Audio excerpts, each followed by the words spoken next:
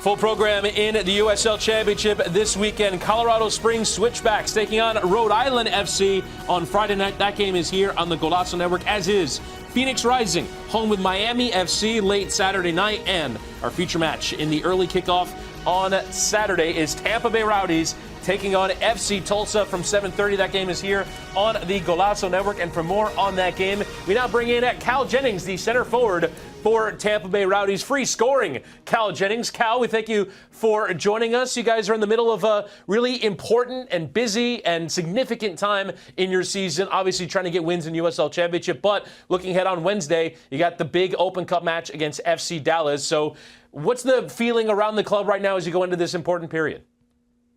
Yeah, I mean, definitely we're excited as we're going into this period. We know there's a lot of games coming up, so we're really just trying to maximize our recovery and then go get some good results. One this weekend against Tulsa, and then the midweek game against FC Dallas. You've been putting up impressive performances since you joined Tampa Bay in January of last season. Scored 22 goals last year. Now you scored 6 goals in 9 games so far. What's been clicking so far with you since you've been in Tampa Bay? Yeah, I think, this year scoring a little bit quicker, just more comfortable in the environment. It takes a little time to get to know the team, to get to know, the surface that you're playing on, and just to really build confidence. And I think we've got a solid team that, knows how to complement the skill sets that I bring. And, I'm doing my job to the best of my ability to put balls in the back of the net. Now, one of those games here, absolutely brilliant. It was in the Open Cup in the last round against Birmingham, netting a hat trick in that one. But that was an absolutely insane game. 4-0, you guys were ahead. Then it went to 4-4. Then you guys won in extra time. Now, you came off after 80 minutes when you thought the game had been put to bed. But just tell us about watching that game from the sideline. Yeah, I mean, crazy game. I'm not sure I've ever been a part of that before, where we come off 4-0, I've scored a hat trick coming off to an ovation. And then quickly Birmingham, credit to them, did well to get back in the game. And at that point, I'm kind of helpless. I think I was laughing with some of the guys on the bench. I think I lost my voice for the weekend because I was like, all right, if I'm not out there playing, I got to do my best to encourage the guys and, get them going and coming back from a tough moment. Now, we've heard, obviously, I think you're in the middle of 5 straight home matches, including the game of the weekend against Tulsa. But we've heard you're a big hit on the road, bringing the board games, bringing the fun. Tell us about what it's like traveling with you and the Tampa Bay Rowdies.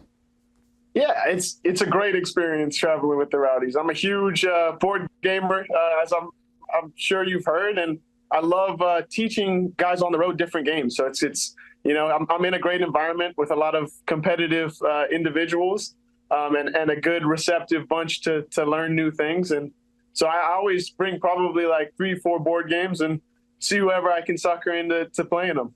All right. So what are the games? Tell us about the competitive level. Tell us about some unreasonable competitive people. Obviously, you guys are professional athletes. I'm sure you guys go crazy. So what games are you playing and how nuts does it get? Yeah. So, like I said, this is professional athletes. So we are looking at every opportunity we can get one over on one another. As for the games that I'm playing, I'm going to name off some, and you might have never heard of these, but that's all right. The one we're playing right now is Fuji Flush. It's basically like you're trying to get rid of your hand of cards, is the simplest way to describe it. But I teach, all sorts of things from Scout. I got into the hobby with Catan, is probably one people have heard of. But yeah, I have like 40 games in a board game collection now that I just rotate through teaching new players. So it's a bit crazy. I'm probably a little addicted to it, but it's a good hobby to pair with being a soccer player. Is there like a really competitive game of Uno? What is the angriest that a teammate has gotten from one of these games? Yeah, the thing with Uno is I think everybody kind of makes up their own rules, so that's probably where it gets the heat comes. It's house rules, and they don't necessarily tell you that ahead of time. So that's really big on like bus trips and stuff for sure. When it comes to Uno, you have to set the rules. We cannot play Uno without having established rules in the house. And if you're stacking cards, that is a no-no. But absolutely. Beyond board games, and I would say you're addicted. You have 40 board games. You're also a big Star Wars fan as well here. I think there was a graphic that they had as well there to show a really cool way of integrating that. How'd you get into Star Wars, and how obsessive is this fanhood that you have of it?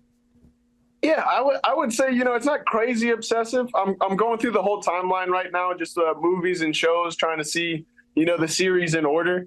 And I enjoy it. I've kind of always been a little bit of a nerd, and I embrace that. But that was such an awesome tifo that I got to see at Ao Lang, and yeah, I'm in a sense a bit of a Jedi. I'm sure I still got a lot to learn, but excited to kind of grow in that journey. In that journey as well, as you talked about, it sounds like you're having a lot of fun being in Tampa, bounced around after being drafted by the FC Dallas here. How much has the camaraderie and the fun that you're having here translated onto the pitch and allowed you to have such great performances in Tampa?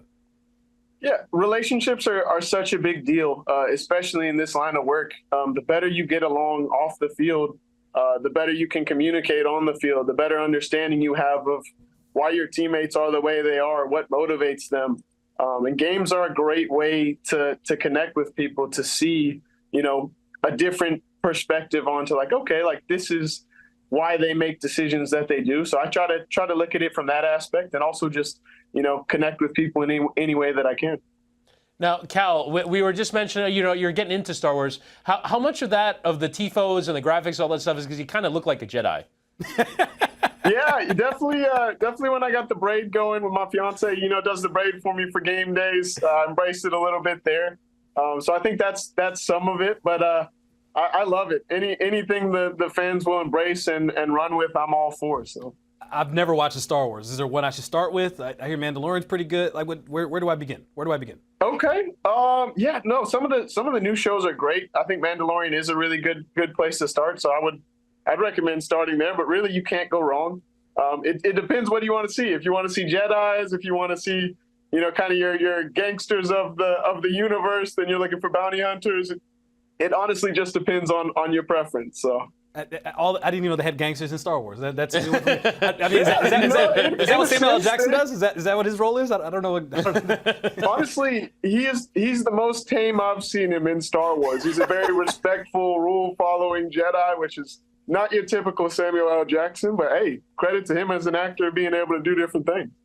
All right, let's get back to things on the pitch then, because you have a big game on Wednesday. As Master said, you're going up against your former team. You're drafted by FC Dallas into MLS, have been with LAFC, and obviously in the USL, now with Tampa Bay Rowdies.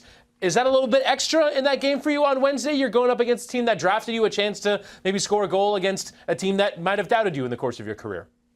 Yeah, I mean, definitely. You want to always score against, former clubs that you've played for. I've got some friends who play in Dallas that, I met there when I was drafted, or even some that I met in LA. So there's a little bit of expectation there, but also, at the end of the day, I wasn't a player for Dallas for very long. So that connection isn't too deep. And, I'm viewing it just like any other game. I want to score. I want us to advance in the Open Cup, and, I want to have a good performance. That was 4 years ago, which, of course, give you a happy early birthday. You're turning 27 tomorrow. When you look at where you were 4 years ago and where you're at now when you got drafted by FC Dallas, how do you view yourself, and where has been the growth you feel like as you look back at that time, looking ahead of this game? Yeah, I'm definitely a much more mature pro than I was 4 or 5 years ago when I started. Coming into Dallas, I'm coming out of college, had a good career, and honestly was happy to be there.